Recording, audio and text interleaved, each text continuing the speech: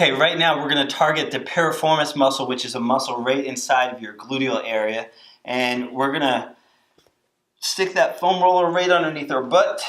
And what I'd like you to do is cross that same side leg over, and that allows you to get into the hip a little bit more so that ankle's resting on top of the knee, and I'm shifting my weight more onto the side of my hip instead of back. That really allows you to get in there and start to feel what we want. And you want to stay on a spot. Once you find it, let it relax to about 50% of what you were feeling. So it should never get above a 7 on a pain scale of 1 to 10, 10 being the most painful.